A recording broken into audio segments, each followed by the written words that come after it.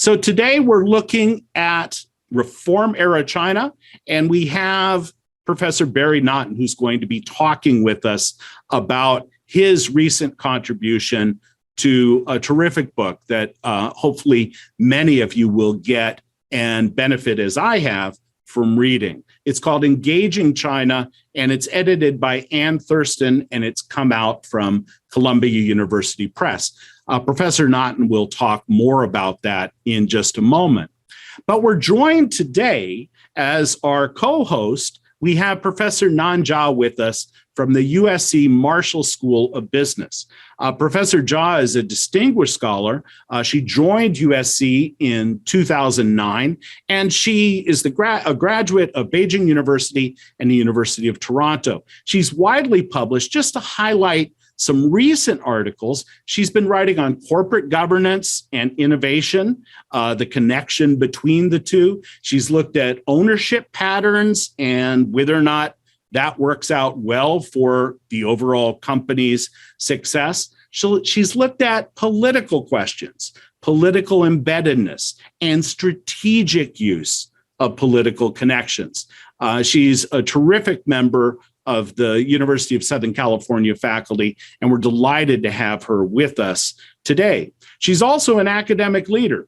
She's one of the hosts, one of the leaders in a regular seminar that looks at economics and business in China. So we're delighted to have Professor Jia with us, and she'll join in asking questions during the Q&A session. But our lead speaker today is Professor Barry Naughton, who's not a stranger to USC microphones, although today's microphone is in his own office.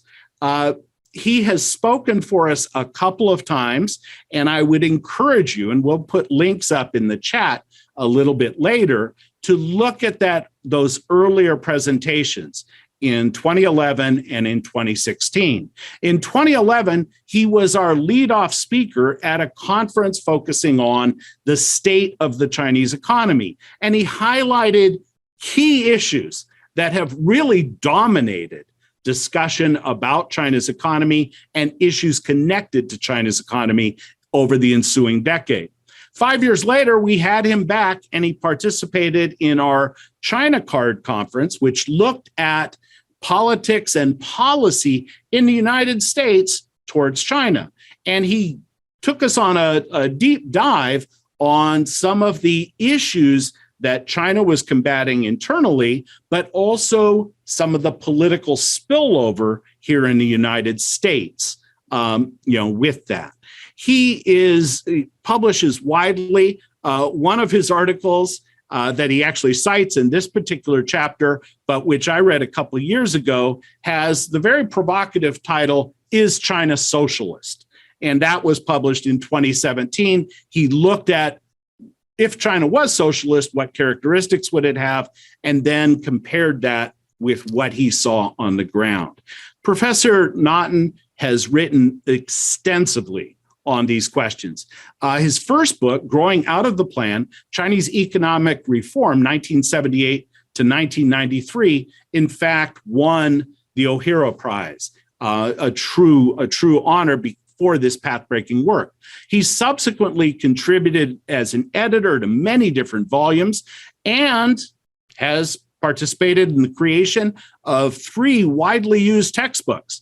The first of those is the Michigan book, China Adapting the Past, Confronting the Future, but he is the sole author of the 2 most influential textbooks used to teach about China's economy. In 2007, The Chinese Economy, Transitions and Growth, and then a revamped version of that, The Chinese Economy, Adaptation and Growth, which came out in 2018. Professor Naughton holds the Kwanlok Chair of Chinese International Affairs at UCSD, the University of California, San Diego's School of Global Policy and Strategy. We are so happy to have you back with us, Barry. Please, the floor is yours. Thank you so much, Clay. Gosh, what a warm introduction. I feel very welcome and at home. This is the story of me looking back trying to be retrospective and think about how we understood China's economy over the past few decades and what we got right as economists in particular and what we got wrong. Now, obviously, this is a big topic, right? Because like everything in America today, there is a highly politicized version of this question. The highly politicized version says Americans got China wrong. They thought it was going to be a prosperous semi-democracy, how foolish they were. Now we have to be realistic. That's, way oversimplified, but I think it really makes sense for people to go back and try to be explicit about what they thought then, what they expected, and the ways in which things turned out differently. Because nobody has a crystal ball. And when we look at the emergence of China over 40 plus years, of course, this is the biggest, most ground shaking event changing the world that we live in the past few decades. So of course, we're not going to understand the whole thing. So let's go back and see what we got right and what we didn't anticipate. And in the process of that, maybe there are a few areas as well where we should be critiquing our judgment and thinking about how we could have done it a little bit better.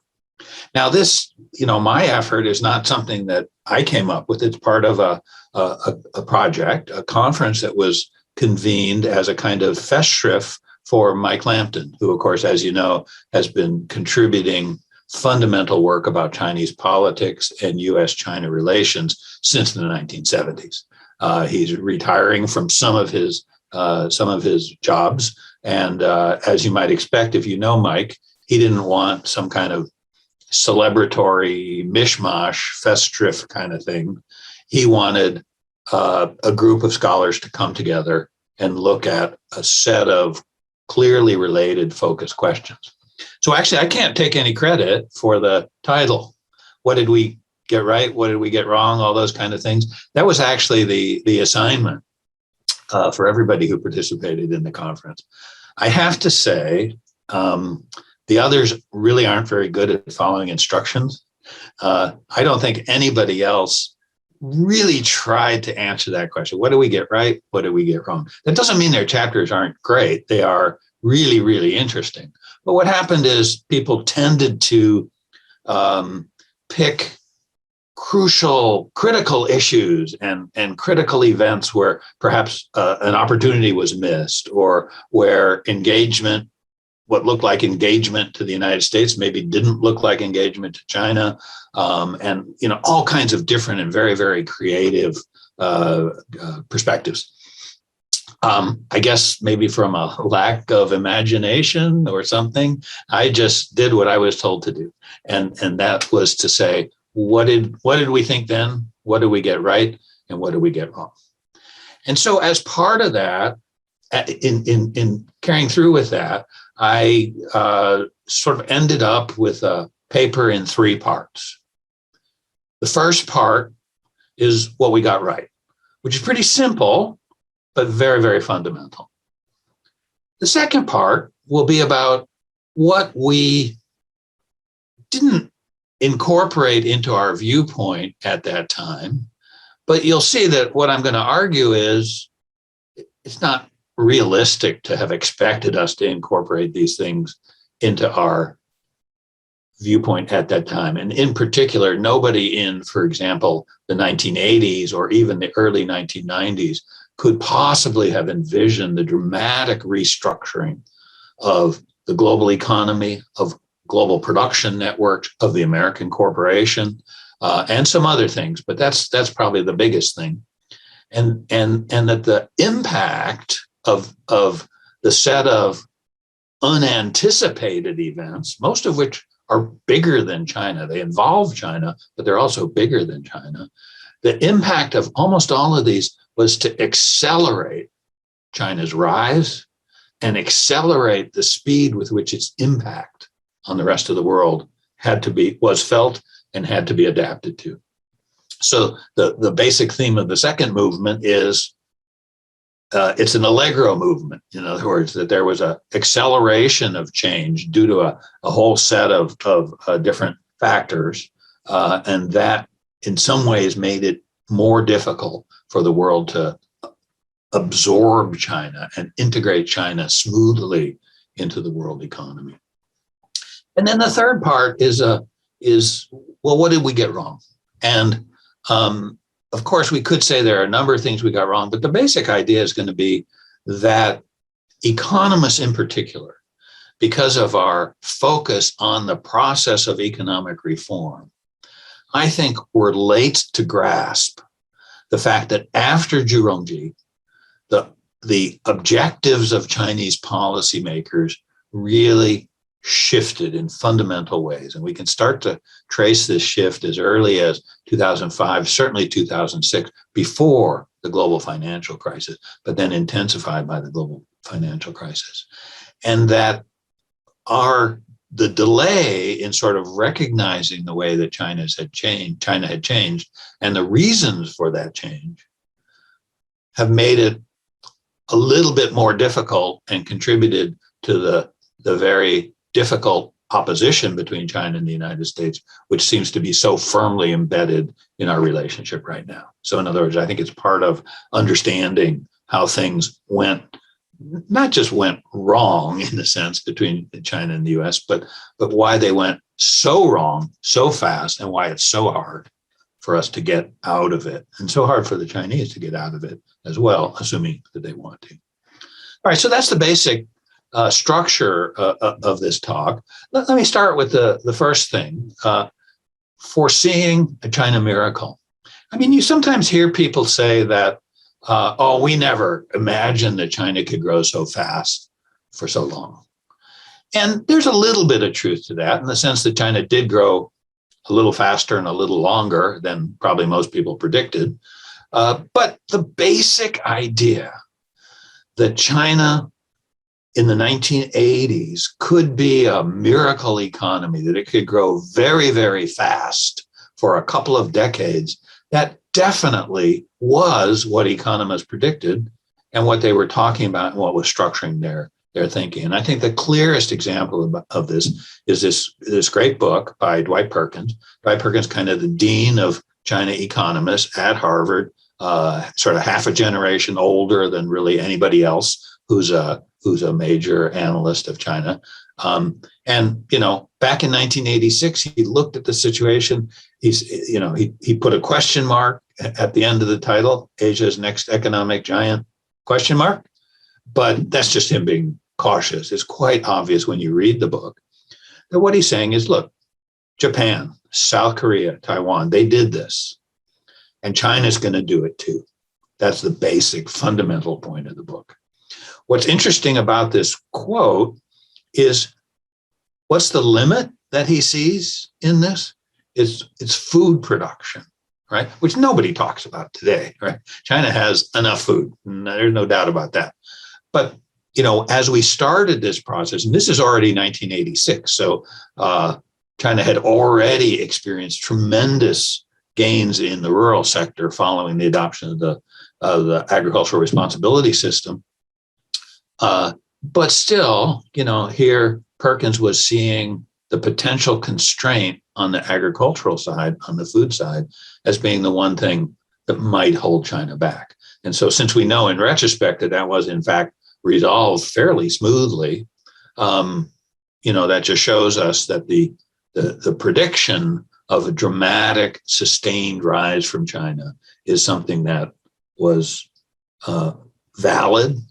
I think it's fair to say this was widely accepted by economists at the time. True, there was a minority group that claimed that gradual reforms couldn't work and that therefore China wasn't doing enough. But that within the China economics community, that was always a pretty small group.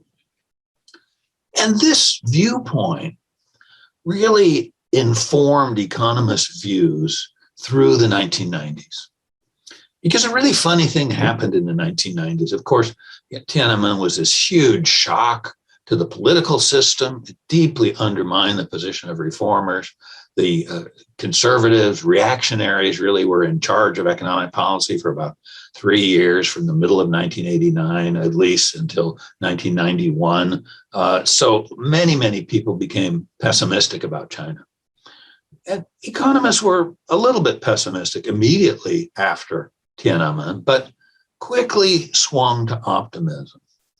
And the reason they swung to optimism was that in the early 1990s, China started to do bold things to revivify the economic reform agenda. There's actually a document from one of these third plenums, right? There are many famous third plenums in China's political history. And one of them was in 1993, and it listed, 50 things they were going to do. To be honest, at the time, including economists, nobody took it that seriously, because we had all been living through a dozen plus years where policy was incremental, would move forward, would go back. No blueprints ever made any sense. Lots of policies succeeded, but there was never any sense of design, grand design to the process. So nobody took the third plenum manifesto very seriously, except that in the next couple of years, all of the things that got laid out in this blueprint started to get done, right? And so economists, being focused on that piece of the puzzle, really started to look at, really started to think of the Chinese policy process as something that was working, something that was functional, in particular in its ability to sometimes pay short-term costs in order to reap long-term benefits. I have a quote in the article from sorry, I have a difficulty remembering people's names now, but I'll think of it in a second. But he talks about China in the wake of the global financial crisis, the Asian financial crisis. Of course, that's way back 1997. He says, China is in just as deep a hole as anybody else, but China is digging out more quickly than the other East Asian economies. And I think that really was sort of a brilliant observation that captured what was going on in China in the 1990s. And so by the time we got to the turn of the century, and Zhu Rongji had agreed on the terms of WTO membership, World Trade Organization membership, he had taken the really tough steps to close down a lot of the state enterprise sector. And so these were the really, really hard things that were essential to sort of completing the first era of China's economic reform. So economists were especially optimistic and especially satisfied. They felt in some sense that China had made it. Now, what happened at that time? If we put ourselves back at the beginning of the 2000s, right?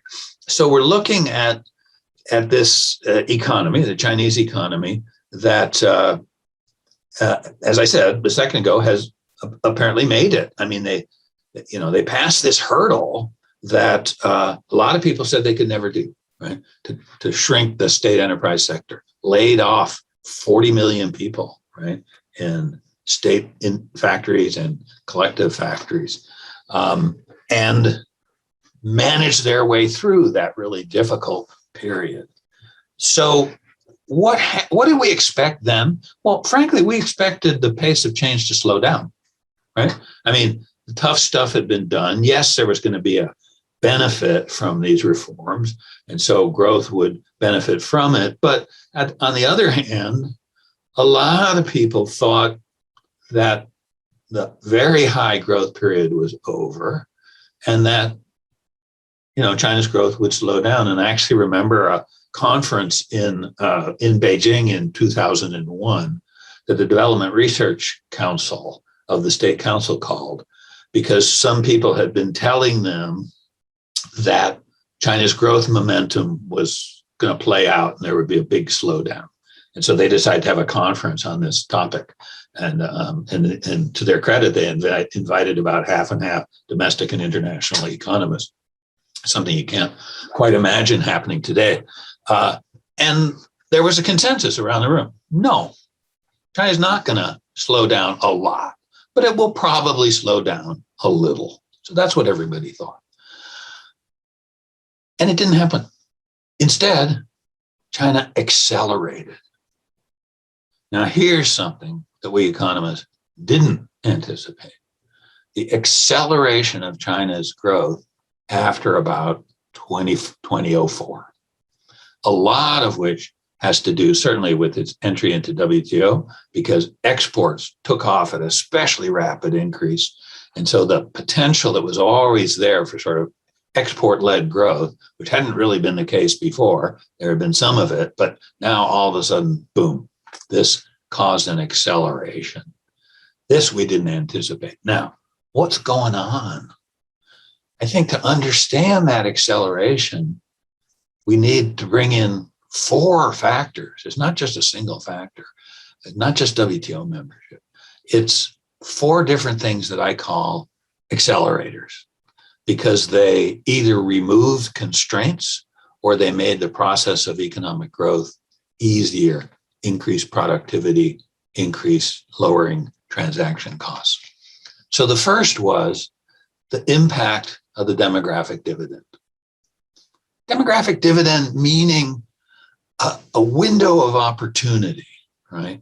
Where, because birth rates are falling and death rates are falling, there's a window that opens up where the labor force grows very quickly while the dependency rate declines. Everybody knew that would happen, but people didn't pay as much attention 20 years ago or 30 years ago to the importance of demographic dividend as they do today.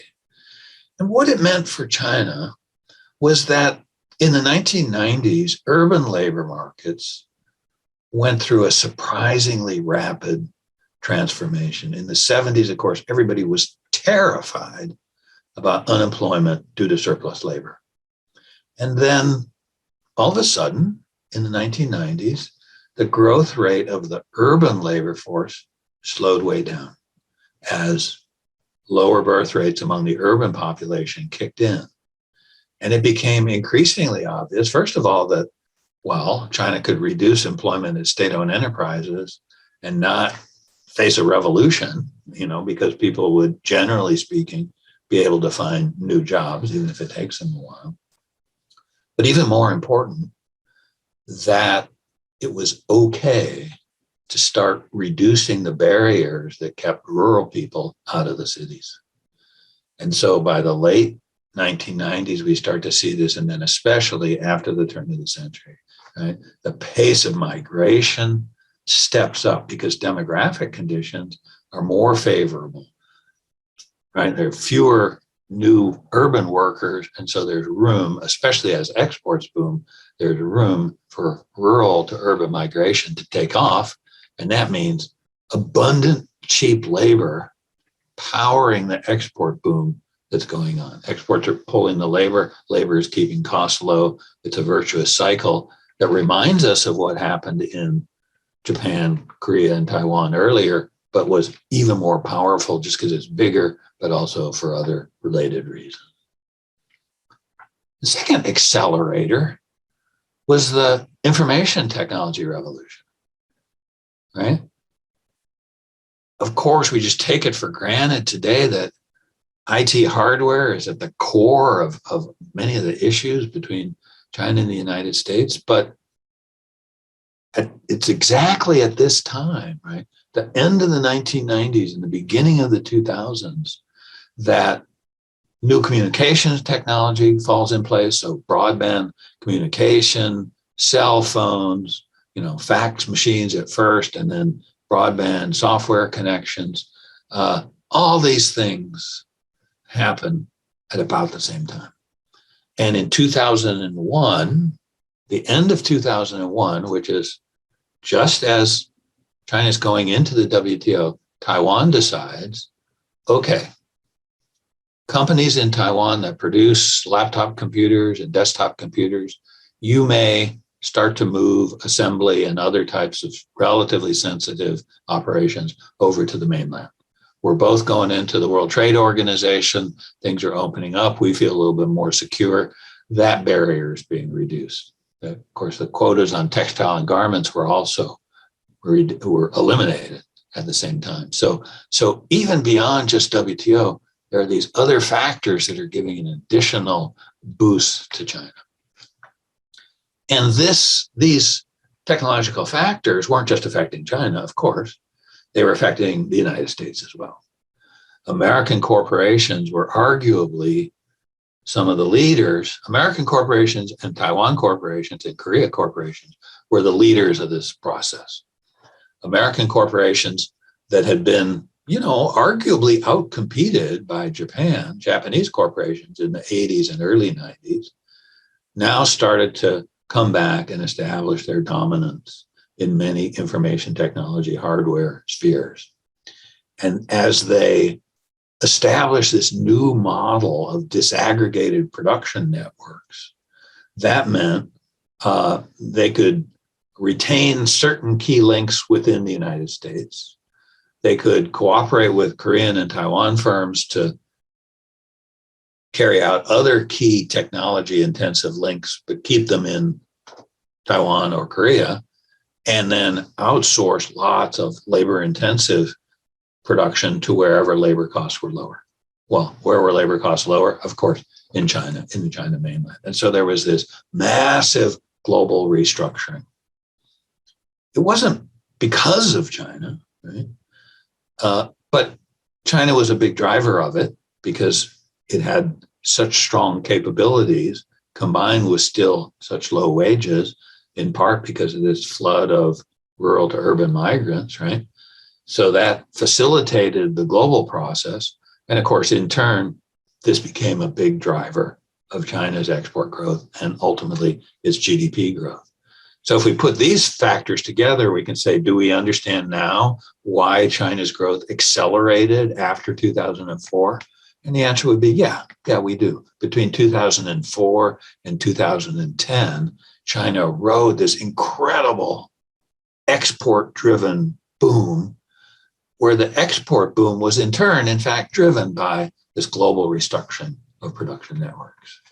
And then finally, the speed of this process, and of course we could spend, we could have a whole conference on this process, how it worked, what the strengths and the shortcomings were. But let's just pull back for a second from China to the United States. And my point here is simple, that for the United States to deal with the impact of China, it would have been a lot easier if the process was a little slower. Instead, what we saw was this very, very rapid restructuring. And it meant that US winners were bigger winners faster. And that meant, in particular, big corporations. Because big corporations could see that all this was happening. They had people in charge of logistics over at Apple. That's where there were people who could say, we can move the assembly part over to China and save a bunch of money there. Apple's emergence as the world's most profitable corporation in some years also dates from this program, right? And so look at the change within the US economy. If we just look at all corporate profits as a share of GDP, look at this shift that occurs right around 2002.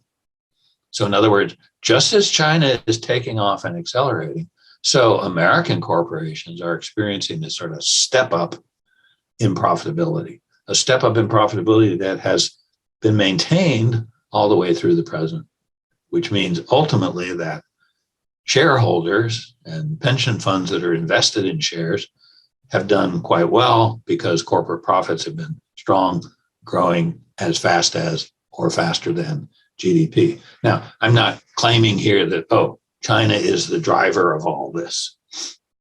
But China is a part driver, right? China is one of the things that's going on here.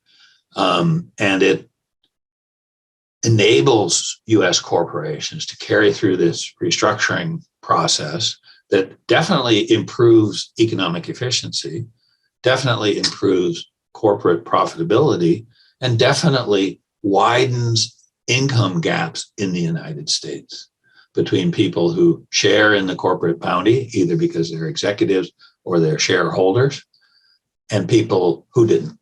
either because they're poor to begin with and have no assets, or more importantly, because they were workers in factories that were import competing sectors. In other words, that felt the competitive impact of the flood of Chinese imports. And this is definitely something that we got wrong, the economists got wrong. The economists have a very standard way to look at what happens to an economy when it faces new kinds of trade. And the way that we look at it, virtually all economists look at it, is there are adjustment costs, there is friction, but economies are pretty flexible, pretty adaptable, and adjustment maybe takes 18 months in most cases, something like that. And then factors of production, meaning workers and capital and land, move into new use. That's higher productivity and lower costs from the imports. So everybody is potentially better off. And, what economists discovered when they looked at this crucial period, and here the crucial work was this piece by Autor, Dorn, and Hansen in the American Economic Review around 2018, shows that adjustment process just didn't work.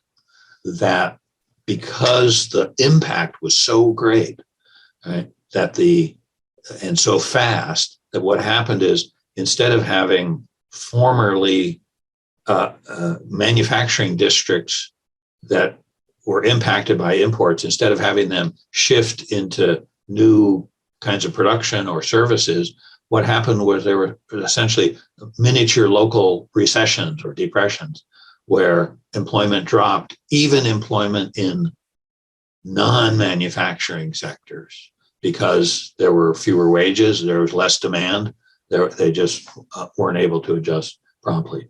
So by the time we get to the global financial crisis in 2009, people are already feeling pain, right? Parts of American society are feeling pain. There's more anger, there's more frustration, and there's more of a sense that elites who've told people that this process was manageable and was going to end up working for everybody have been wrong. So in other words, 4 accelerators that put together increased China's growth, even beyond what we had anticipated back in the 80s, gave it an additional almost decade of very high-speed growth, and also made the economic and political issues between the two countries much tenser and more difficult to resolve. So here's the corporate profits that I showed you. And so that's full stop. That's one. That's the second movement. So there's also a third movement, and that is that I argue that we did get something wrong, in my view, because economists were so focused on a set of issues about market-oriented economic reform.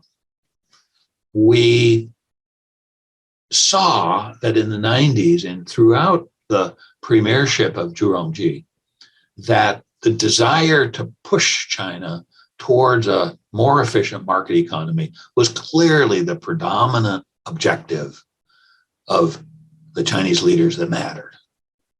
And of course, for economists, we were also meeting on a quasi-regular basis with our counterparts, with economists in China who absolutely shared those same objectives. They thought, as we did, that as long as China persevered in the economic reform process, that it would be that would continue to contribute to further economic growth and improvement of living standards for everybody. And as a result, it took us a long time to see, I think, that after Zhu Rongji stepped down and Wen Jiabao became the premier, and the objective of policymakers in China began to undergo a fundamental change. Of course, they never swung to become against economic reform, market-oriented reform, because after all, if you can achieve other objectives that you want and also have a more efficient market economy, why not? But policymakers began to be much more concerned with carrying out other national objectives, and in particular, national strength and new kind of high-tech drivers, but also a set of policies that we might, with all due hesitation, call common prosperity. Of course, it's just been reintroduced by Xi Jinping as a key objective, but we can already see that in the 2000s, whereas Zhu Rongji had neglected some of the sort of social welfare functions of government, Wen Jiabao clearly came in and said, hey, we've neglected this for a while. Let's bring some of these measures in. And in retrospect, let's look at a graph. It's actually a graph that I've been following literally for decades because it shows so clearly that in the 90s, that low point there in 1995, just shows that in the early phases of reform, even though there were many, many successes, those successes came at the cost of a reduction in state capacity in terms of the government's ability to get stuff done, right? And so the turnaround in 1995 is a remarkable thing because it shows the success of economic reforms, especially tax reform, but also a set of other market-related reforms that also contributed to this recovery. And I think it makes sense to say, wow, at this low point, the low point in the valley here, China really faced some sort of existential challenges. Could it achieve the goals it wanted to achieve? It really wasn't clear. They had to reform. Right? And so when we get up to, let's say, 2006, notice we're kind of near 20% of GDP as a budgetary revenue, and we've got a balanced budget there for a year. And, you know, I think outside economists tend to look at this as good. This means the reform-based institutional innovations have done their job. This vindicates reform and hopefully will allow a new period of renewed economic reform. But it didn't happen. And it didn't happen largely because for policymakers, it was more the case that previously they had been driven to reform by the absolute need to, for example, welcome foreign investment in high-tech fields in order to develop those sectors that they saw as being part of the future. But now, after a few years into the century, they were starting to look at a situation where they had money, they had resources, and they had the opportunity to choose among different kinds of political objectives. Here's a different kind of graph that shows that it's not just fiscal revenues, it's also other things like land revenues, social insurance premiums, so that the overall fiscal position became much more comfortable. And of course, I'm not even talking here about how they resurrect the banking system and create credit reserves, which are also available to support the objectives of policymakers. So what happens? I mean, Wen Jiabao, was he a success or not? Well, actually, in one area, Wen Jiabao was a huge success, right? He rebuilds rural services, creates a rudimentary public health system, begins a very modest program of industrial policy, rebuilding military strength, et cetera, et cetera. All these things not easy to achieve, and so an impressive record. But on the other hand, in terms of economic reform, he really sort of doesn't achieve anything. And so we should have seen back there that the basket was changing. And after the global financial crisis, Wen Jiabao actually makes a statement at the National People's Congress where he says, yeah, of course, we have a market economy and market forces should play their role. Yeah, we've all agreed about that. But what's new is now we have to make best use of the socialist system's advantages, which enable us to make decisions efficiently, organize effectively and concentrate resources to accomplish large undertakings. So in other words, he's saying, yeah, we got a market economy, but now the key thing is to use state power to achieve the things that we really want. So here's the last slide. Conclusion. The focus on reform, on market-oriented reform, it really helped economists get ahead of the game in the 1990s.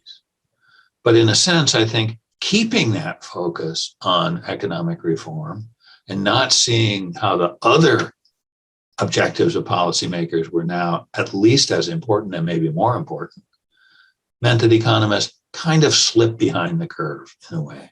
So that some of the changes that certainly Xi Jinping, since Xi Jinping came to power in 2012, have been very surprising, very dramatic, and very tough for the rest of the world to stomach. As we analyze China's behavior, as we figure out how to adapt to China's much greater influence and activism and engagement with the world, as we think about, say, the World Trade Organization, as we think about the IMF, there's sometimes a tendency to think that, China's still driven by market-oriented reform considerations. I think it's pretty clear that it's not, that Xi Jinping in particular has a new model of maximizing national strength. And if market-oriented reforms help him do that, fine. But if they don't, then he's not interested.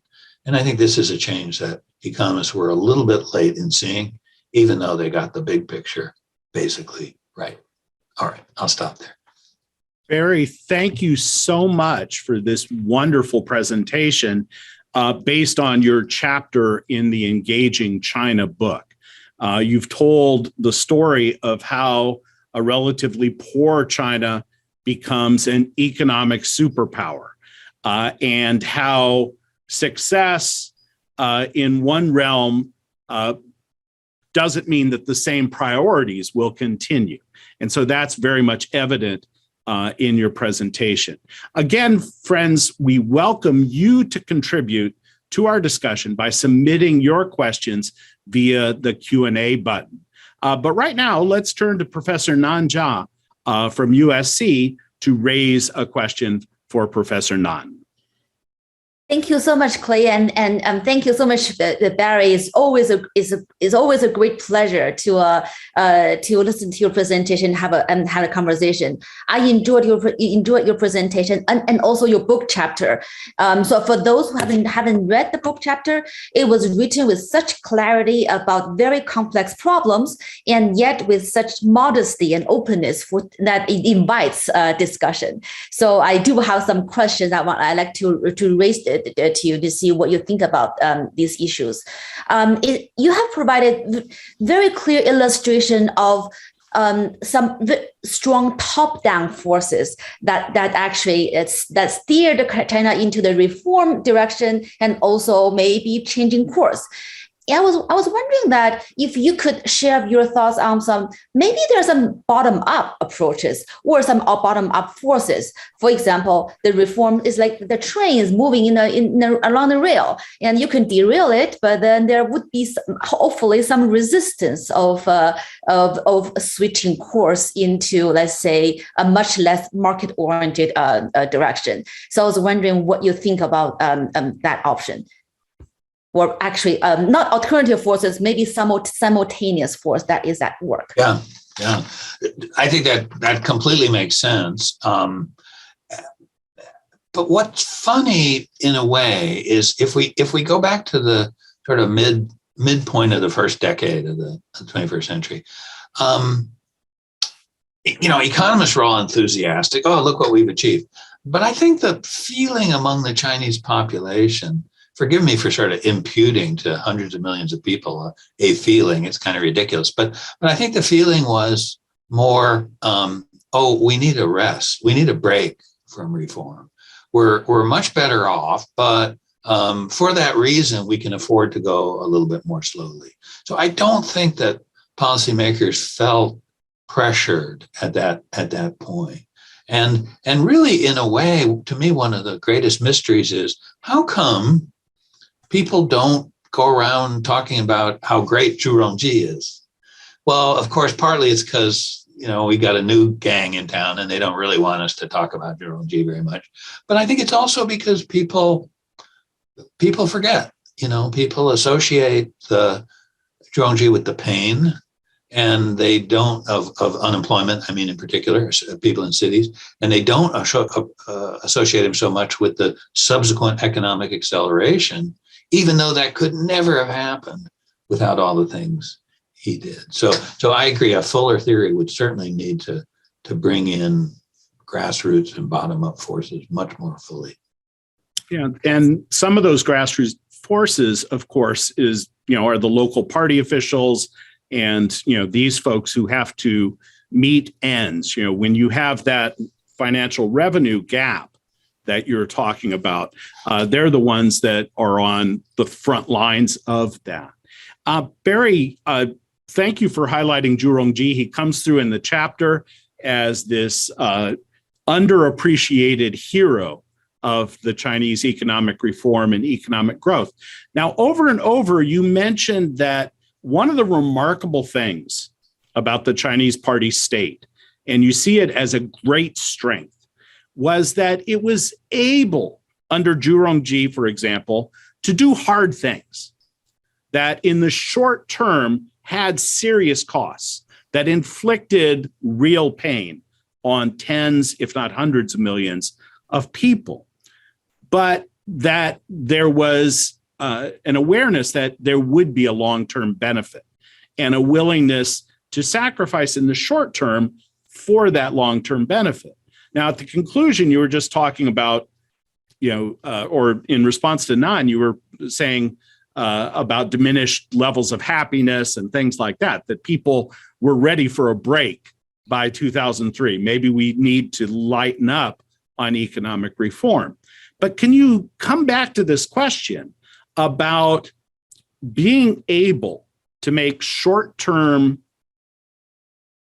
sacrifices in order to achieve hard, long-term gains? Is the Chinese party state still capable of that?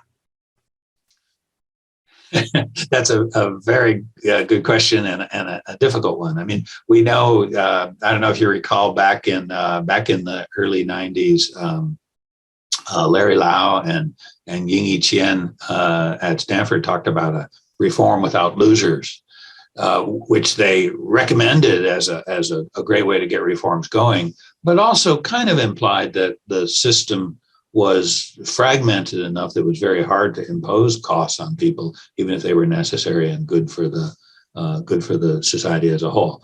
So Zhurongji seemed to have this window where, first of all the elders had passed on, so there was really nobody looking over his shoulder except Jiang Zemin, who was basically supportive, and he had this state crisis that he could sort of point to people and say, this is not a joke. We've got to do this. So I do think that was, to a certain extent, a temporary set of conditions. At the same time, it seems like Xi Jinping has amassed so much power, and yet we do see this pattern where a lot of difficult reforms have failed, right? And not because they've been applied and then didn't work and caused all these costs, but because they cause some disruption and then they're pulled back. And I feel like I don't understand that well enough. If that is system characteristic, or is it just Xi Jinping's extreme security cautiousness? I just don't know. Yeah. Barry, I think this is a nice moment to actually loop in one of the questions raised by one of our audience, Mr. Edward Story, who asked you to comment on whether the U.S. can learn something about industrial policies in China. And he made this, I thought it's kind of interesting. He made a comment that the only place where he sees in the U.S. that can have industrial policy is the Department of Defense. Other than that is missing. I was wondering, how would you comment on this question? Yeah, I think there's something to that. But I guess let me start by sort of laying out what I think my ideal is. I mean, my ideal would be what we might call a soft touch industrial policy based on a robust democracy, right? So that people participate in this and there are lots of checks on it. So do we have stuff we can learn from China? Sure, of course. It's a huge, great country that does lots and lots of things.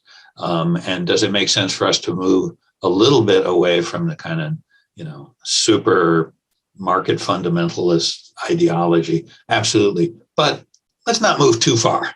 I think if we move, I think China's way too far over on the state-led side. If we move a little, that's fine, but let's not go too far because that's not our relative strength.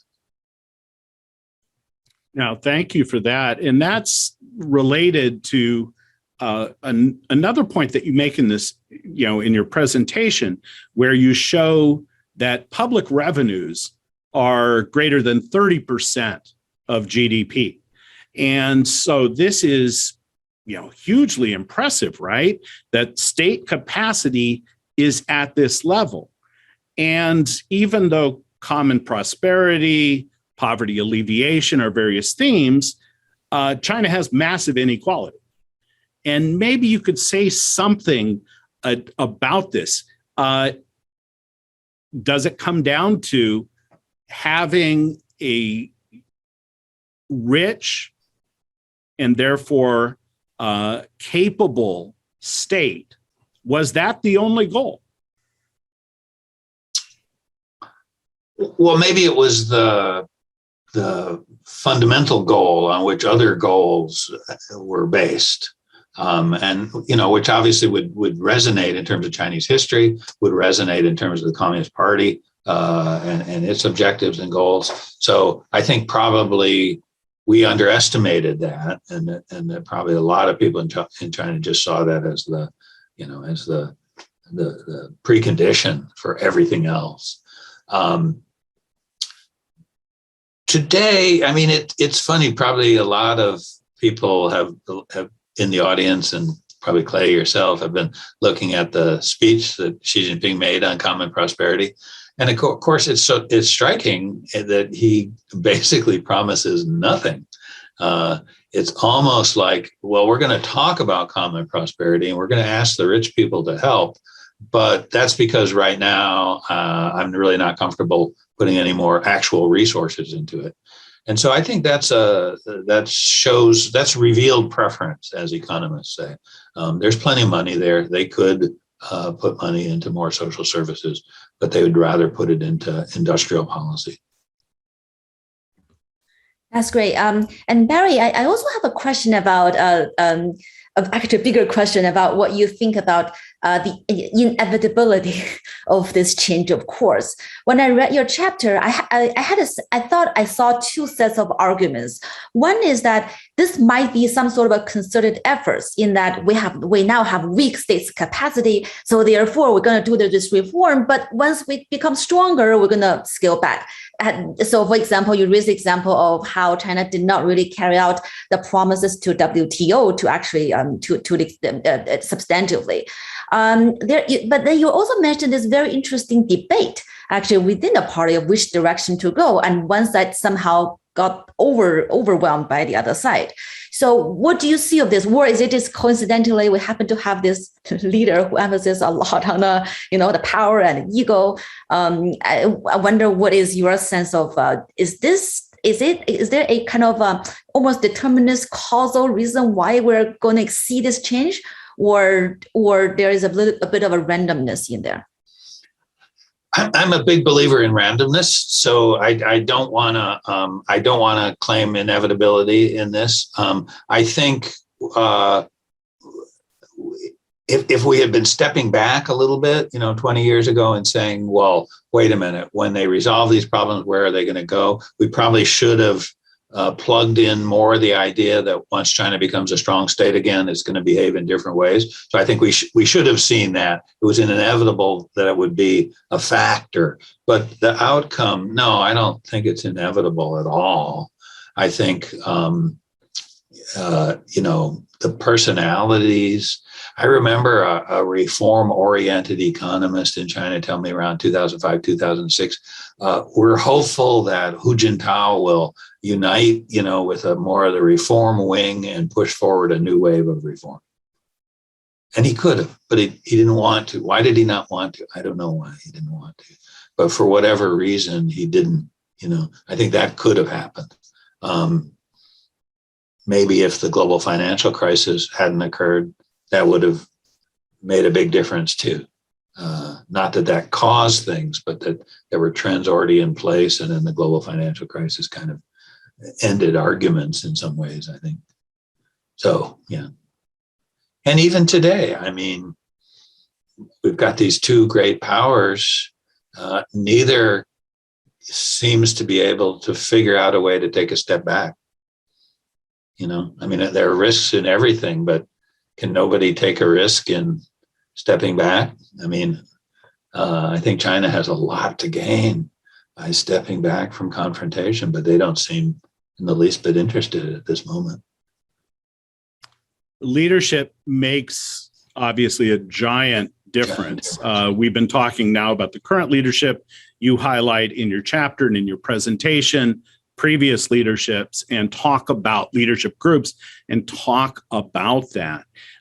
It's really, like none, I think that this is a wonderful chapter and should be mandatory reading for so many people. And one of the things that has come up in the Q&A where, for example, Eric Heyer and some others have been talking about American responses to China's rise.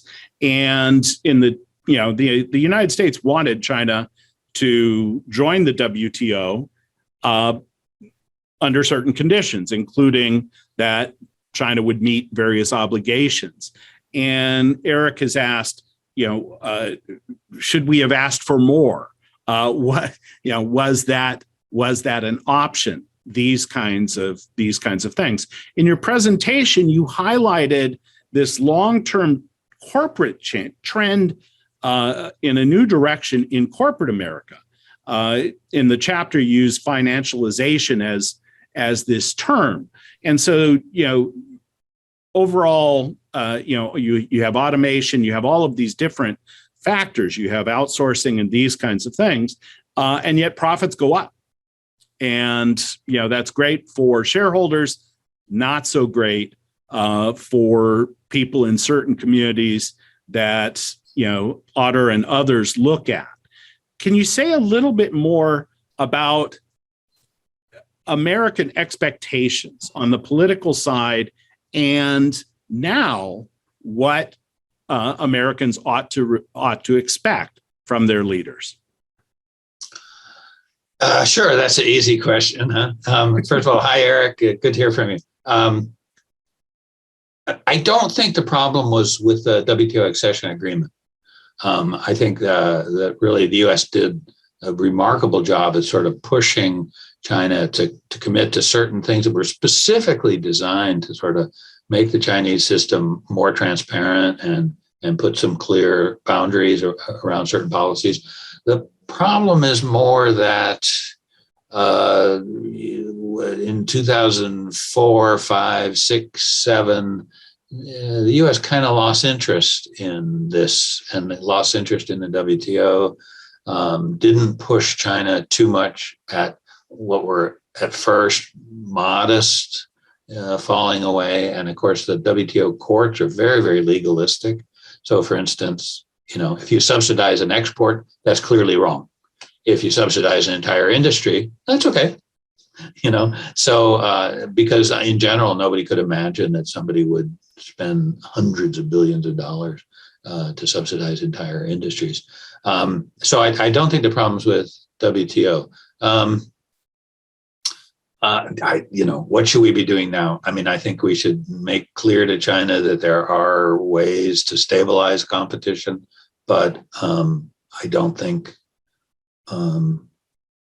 there's any appetite in the United States in either party for a more generous policy, shall we say, because people feel that hasn't achieved results. And so I think we're just looking for a modus vivendi, I want to go to Nan for another question, but perhaps today we have this announcement that Xi Jinping and Joe Biden are to have some sort of virtual summit over the next week. And we had the announcement of some sort of agreement to cooperate on climate change.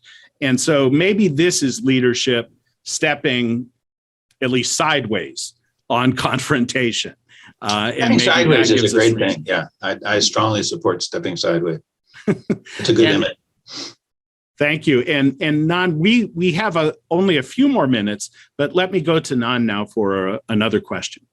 Thank you, Clay. Let me ask a question that actually resonates with one of the questions raised in Q&A, but Alicia Webb's question, which is this balance between SOE, state-owned enterprises, and private-owned enterprises.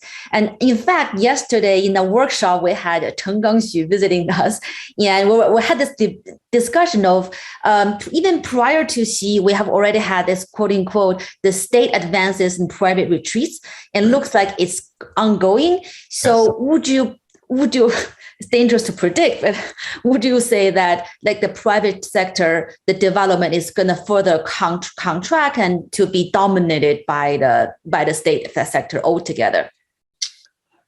I don't know if I'd go that far, but what worries me a lot is that the share of the state sector has at least stabilized, and maybe it's increasing, but I don't know. I don't think the data is good enough for the last couple of years to know for sure. But in any case, it's stabilized. But the party is now specifically telling state-owned enterprises to be, members of the national team. They're not just supposed to be maximizing profits and acting like, profit maximizing market-oriented corporations, which is what the idea was back in the early years of the 2000s. They're expected to do a bunch of other things. And that means it's harder to hold them to performance. It means they have softer budget constraints. And now this is spreading into the private sector, where, obviously, if you were running one of the big internet companies, you have to think a lot now about what the party wants, what the government wants. You have to be very, very careful. So yes, we definitely need to watch whether the state share increases, but I'm also maybe even more worried about the deteriorating incentive environment, both within the state sector and within the private sector. And that speaks to a feedback loop that you highlight in the chapter about getting messages, not just to those running these businesses, but state policymakers, that particular issue. And in the chapter, in your presentation, and in earlier presentations, you've talked about the gigantic investment in these strategic industries. And again, you've been talking about that to our audience for quite some time. And you've suggested that the returns on that have been disappointing in many respects.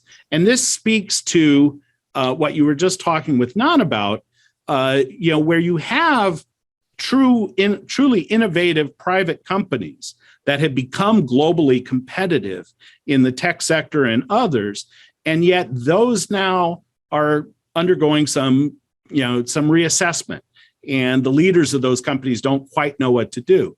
So maybe you could say something about this feedback loop that provided the right information to the right people at the right time. Well, of course, for economists, the easy answer is, well, markets are a really good feedback loop. And so, restricting the scope of markets really hurts. I think right now, 2021, China's doing two things that really limit the effective feedback. One is, in terms of industrial policy, they're no longer just investing in the areas where they think, hey, this is a target of opportunity. They're also saying, oh, this is a vulnerable point. We have to invest there too, even though we have no comparative advantage. We know we're going to lose money, but we have to do it because of the security challenge from the United States. So that's going to really mess up the assessment of what the return to investment is, because it's going to be much lower. And that means growth is presumably going to be much lower. The second is, this idea that there are certain things that we don't want to do, and that private firms can't do too much. So that for the first time since really 1978, government policy is saying, no, there are certain types of economic activity that we want less of, which I think is not promising for the Chinese economy.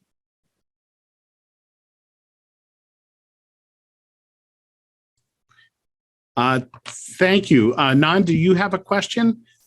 I think we're running short on time, right?